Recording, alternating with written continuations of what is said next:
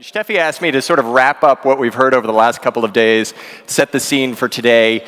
In doing that, I thought back to the last couple of years as well and what makes this conference special and why it's been so great to be here. And so I put together what I thought was the DLD equation, because there's this wonderful mix of science and technology and economics and business and art and design and money. So what does that all mean when it comes together? Basically, what I've found this conference to be and what the message to be is it's about using all of these things, combining them to change the world in a way that makes things better for everybody. So 2 days ago, we had Ben Horowitz, who's one of the best entrepreneurs and venture capitalists in Silicon Valley, talk about what makes a great investment. He talked about entrepreneurs. He said, look, ideas and brilliance are critical, but if you're looking for one virtue that an entrepreneur has to make a vision reality and change the world, it is courage. Why courage? Because everything else flows from courage. Because basically, it is insane to come up with some of the ideas, and you have to be a little insane in order to go after them. You also have to be willing to fail, which is incredibly embarrassing and humiliating, throws your life into uncertainty. And so Ben Horowitz was very compelling in saying, look, what we look for are entrepreneurs who have the courage to act on their ideas.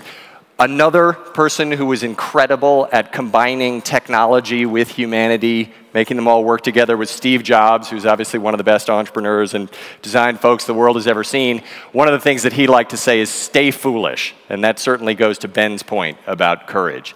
We've heard a lot about opportunity over the last few days, basically the ability of certain individuals to spot an opportunity and go after it.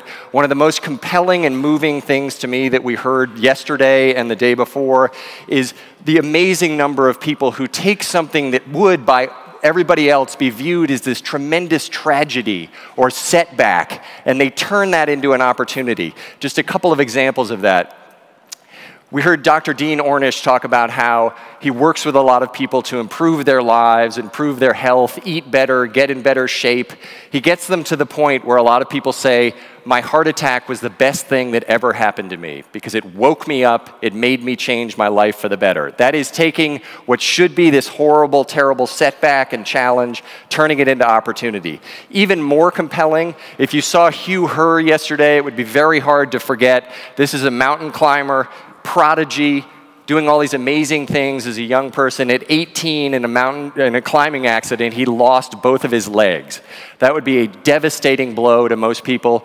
Hugh Herr turned that into an opportunity. He said, I will make better legs. And he created these artificial legs that allow him to climb better than he did before, reach higher, go into different shapes. Just a remarkably inspiring story. Design, obviously, is something that we hear about again and again. What really is the key to design? It is, I think, allowing human beings to connect with technology. And if you were here yesterday and you saw the dancing robot, pretty much everybody in this room was smiling. Why? Well, it was very cool that the robot was dancing, but I would say it was a brilliant stroke of the designers of the robot to put cool glasses and a head on the robot, which makes it relatable. At the dinner the other night, I walked into the lobby, and there is the Mars rover.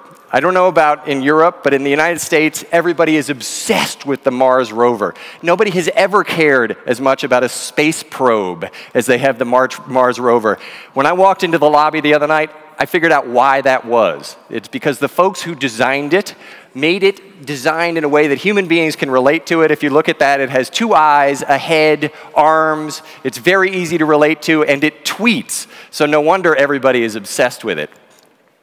Dean Ornish also in design talked about how you have to design the message in order to communicate to people. He said, you know, how do you get people to stop smoking and wake up? Do you say, it's bad for you? And he said, nope, that never works. What do you say instead? You say, it makes you ugly and impotent. And then people stop smoking immediately. So it is designing the message in a way that human beings can relate to it.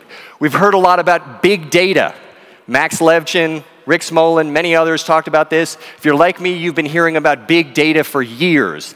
The big message from everybody talking about big data is it is time to stop talking about it and start using it. And we got some very specific examples of that, and we have some big problems that we need to apply this to.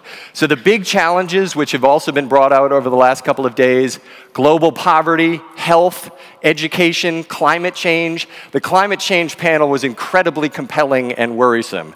You listen to what the actual science is telling us, we have a major problem on our hands. But go back to Hugh Herr, losing your legs, major problem. Let's turn that into an opportunity. And as the president of Iceland said so compellingly, I would love to see the world's entrepreneurs, technologists, scientists focus on this problem with the same passion that they focus on social networking and some of the other things that have happened in the last couple of years, which has been amazing. So what is the solution to these things? A lot of people immediately look to governments. They say, oh, just make a different law. Let's have a treaty where everybody agrees we're not going to pollute anymore, where we're going to take out of poverty. Government is one piece of it, but as you know here, and certainly in the United States, where we have a completely dysfunctional government, it is always only going to be a small piece. Nonprofits, a small piece, no question about it. But the big engine is business, science, and technology coming together, which is basically what DLD is about. So we put all those together. One example of that from the other day that was very compelling was Lucy. We heard about how 1.5 billion people in the world don't have access to electricity. Kerosene lamps are terrible, so a group of entrepreneurs and scientists came up with these cool lamps that are affordable, provide light, everything else. That's just the beginning. The other thing that we need in the world, but especially in the United States, where we are very guilty of this, is another thing that we hear about again and again at DLD, although people don't refer to it in this way, which is a new business mission, a much more balanced mission. So some of the problems in the world that we need to solve: incredibly high unemployment in the US and elsewhere. Inequality and poverty are growing even in rich countries. We have a lousy education system, not here, but in the United States. Poor health and deteriorating environment. So how do we do that? Well, one of the things that people forget, and I'm going to show you two economic slides, and I apologize in advance, but they're very easy to understand, is that all this is happening while our companies are healthier than they have ever been. This is a chart of profits as a percent of GDP in the United States. They are higher than they have ever been. Our companies are unbelievably healthy right now and rich. At the same time, we have this. This is wages as a percent of the economy in the United States, the lowest in history. So at the same time as we have all of these problems that we have to solve, that ultimately business has to help solve, we have this situation where companies are extraordinarily healthy but not sharing their wealth with their employees. Why is that? Because we have a religion right now called shareholder value that we have taken too far. And I have to go back a little bit. I don't know whether any of you remember Gordon Gekko, but he's sort of this folk hero in the United States. He was in a movie. He was a character in a movie called Wall Street in the 1980s. He was a hedge fund manager who was a corporate raider who would take over corporations and then chop them up and sell off the parts. Greedy. He was supposed to be this villain, but of course he became this hero in America. And Gordon Gekko made this very famous speech in the movie where he was speaking at a shareholder meeting to a group of a big company. The company was very fat. The employees were paying themselves huge salaries to sit around and do nothing, huge bureaucracy. The company wasn't working.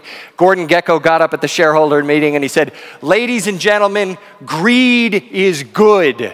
Greed works." And he was justifying taking over the company and cutting it up and firing all the executives who were doing nothing and paying themselves huge salaries. That really resonated in the United States, and Gordon Gekko became this hero. And you know, the thing was, when Gordon Gekko was speaking, he was right. In those days, where that blue arrow is, corporate profitability was terrible.